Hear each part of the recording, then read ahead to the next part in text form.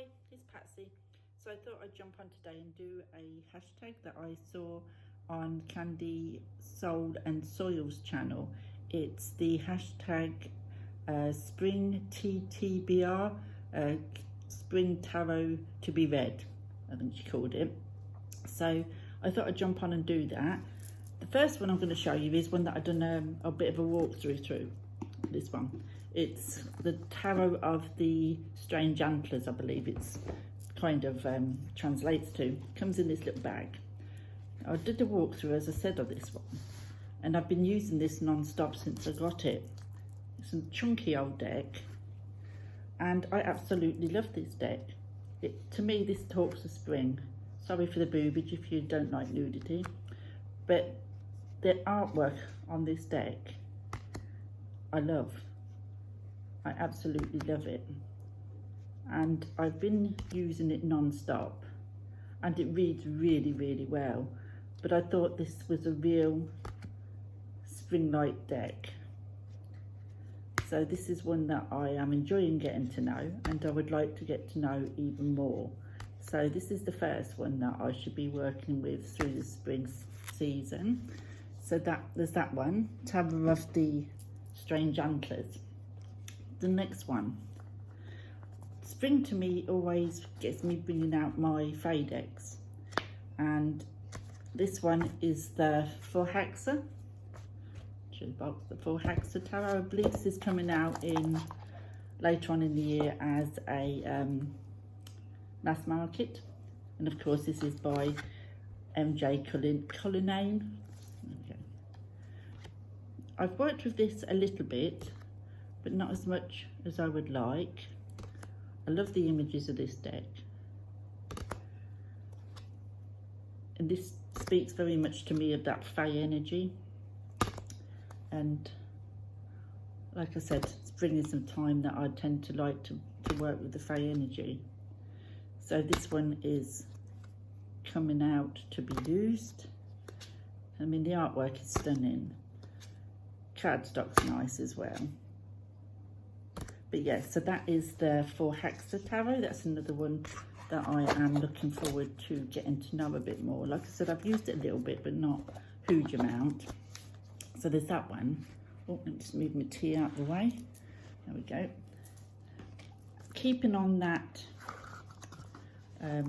Fae energy, I've been using for the last month the Shadowscapes Tarot, and I forgot how much I really enjoyed working with this. I pulled it out for the first time a few weeks back, and it was the first time in a long time that I'd worked with it, and I forgot just how much I love this deck, and it reads like a dream for me. I thought I'd have problems with my eyes, with the little details and what have you, but I really don't. It just speaks to me. I'm really enjoying working with this, and this is staying out. I use this every day for my pick a card days, 3 cards every morning and what have you. This is the deck that I've been using and will continue using through the spring. So yeah, so that is the Shadowscapes Tarot. So that was lovely to reconnect with. I've got rid of a lot of my decks because I've got so many, and I'm trying to reconnect with some older ones. So I'm really enjoying that one. The next one is again another older deck. Again, it's the Fae energy, and again it's one of my all-time favourite decks, this one. I mean, everybody's seen this. I mean, it's such a gorgeous deck, especially if you like the Fae energy. Tarot of the Hidden Realms. I mean, it's just stunning. This deck I only use for myself. I don't use this to read for anyone else. This is just my deck. When I bought this, I wasn't sure if I was gonna enjoy working with it because of the way the images are depicted so close up, and just like the facial expressions and what have you. But I found that I really love this deck. Like I said, it's always in my top 5, usually my top 3. So it's just one of those decks that, except that one, is just one of those I pull out constantly. So that is Tarot of the Hidden Realms, and I do really enjoy working with that deck. That is one that will always stay in my top 5, top 3, whatever, because it's a lovely deck. So the next one I'm going to show you is a deck that I would like to have got for a long time now, but it's out of print, and it's the Fairy Tale Tarot. And I have heard that they're bringing it out again. I don't know if that's true, but I have heard it. But I'm one of these people who don't mind getting decks with a different language. And I saw this on Amazon. It's a Spanish version. So I picked it up. It was £20, I think, around £20 on Amazon. Now I've got lots of French decks, so I thought, oh well, I'll get a Spanish one. See if I get on with this Spanish one, because there's no chance that I'm going to be able to afford the prices of the English one. I mean, if they bring an English one out, I should more than likely get it. But at the minute, this is the one what's on sale, cheap. And I do love Lisa Hunt's work. I have quite a lot of her decks. So I went ahead and bought this Spanish one. Now I must say, I'm not finding this as easy to read as my French ones. And that's probably because I've got quite a lot of French ones and I'm kind of got used to that now. Spanish is completely different.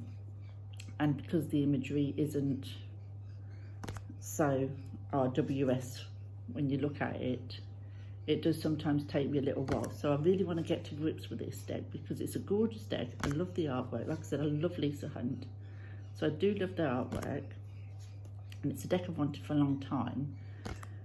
But at the minute, when I pull some cards, I have to really sort of try to work out what I'm looking at. And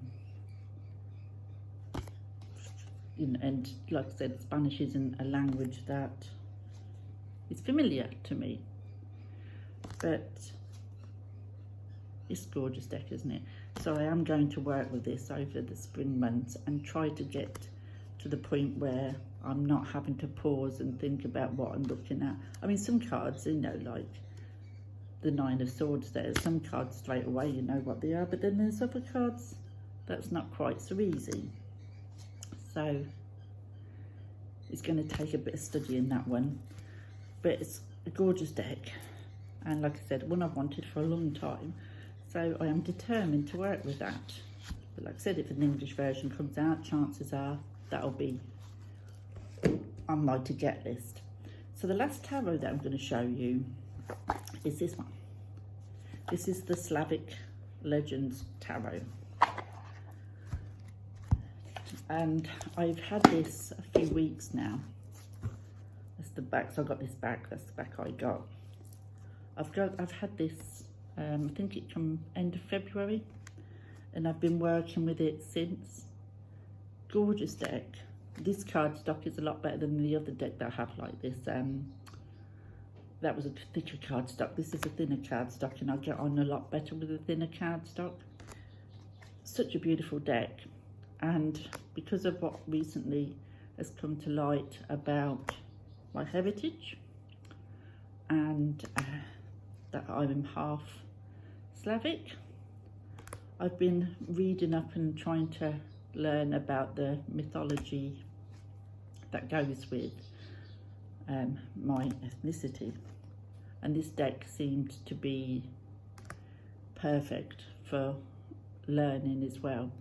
So I went ahead and I bought it, and I am really enjoying working with it, I must admit. I'm starting to learn a lot about the characters in some of the cards and what they, you know, the myths and legends around them are. And that's been helping me as well. But it's such a beautiful tarot, this is. I'm really, really enjoying this one, and I should be continuing to work with this one and learning about the mythology and what have you. But I'm so glad I've got this, and I've used it an awful lot, and it's a great little reader, and it's just one of those, so RWS, you just pull some cards and you know exactly what they are. So yeah, this is one now that has become a firm favourite of mine. So that's the Slavic Legends Tarot, and that is taking me on that learning curve of who I am and where I've come from. So the next two are oracles that I'm going to show you. The first one is the Woodlands Warden's Tarot. not tarot, oracle. Now, I'm not really one for animal decks. I don't seem to gel very well with them, but this one, cardstock's brilliant. Backs. This one is completely different to all the other ones that I've used. I use this with all the Fae decks. This is why this one will be getting used a lot. I did my year ahead tarot and oracle spread with this deck alongside the Tower of the Hidden Realms, and it matches really well actually, but it goes really well with all of the decks that I'm showing here. It's those Fae decks, it goes really well with those. And I love how they incorporate the herbs and the plants and that with the animal as well, and I just find them really easy to use. I love to read the book on them, but I don't always. Sometimes I just take the keyword and, you know, that bit here, let's starting over, I'll just go on that. Other times I'll go to the book and I'll read what's written about them. It's a good little book, but yeah, this really surprised me that I enjoyed it. I'll show that one. Really surprised me how much I enjoyed working with that, because like I said, animal decks isn't usually my thing. So the last one that I should be working with this summer is a new one, and I only got this a few days ago, and it's the Compendium of Witches. And this isn't a deck for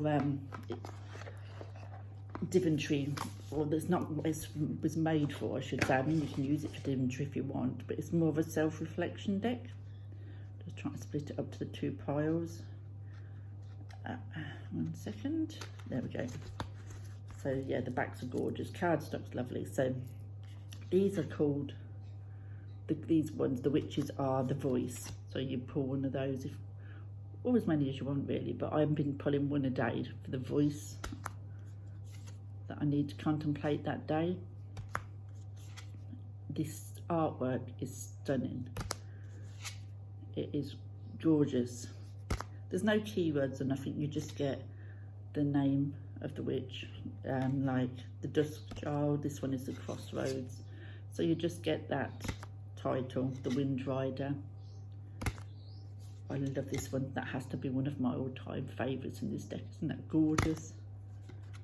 But yeah, so that is the voice. So you've got the voice, and then the other half of the deck, there's 30 of each, is the whisper. So you pull these to kind of confirm what the voice is telling you.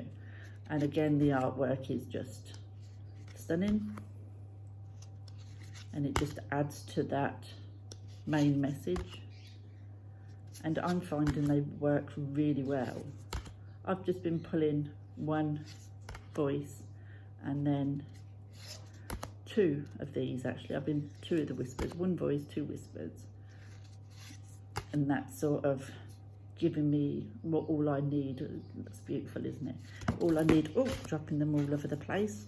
Good job the dogs are not here, else he'd be running around the kitchen with them. So yeah, so these are the whisper cards to go alongside the voice card. I mean, they just work so well, they're lovely. So they're the decks that I shall be using this spring. And there probably won't be other decks, it'll probably just be the selection I've got here, because there's enough to be going on with. Like I said, the Shadowscapes is just my daily pull, and the Tower of the Hidden Realms is just for me when I want to pull myself some, and the other ones I'll just be doing whatever with over the days and whatever. But I'm really looking forward to getting to know this Compendium of Witches, and I'm really looking forward to looking at the Fallhacsa and learning that a bit more, and this Lisa Hunt, because it's such a gorgeous deck.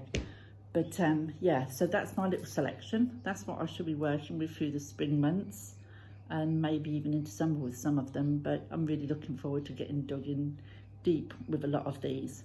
So thanks for watching, and I will speak to you all soon. Bye for now.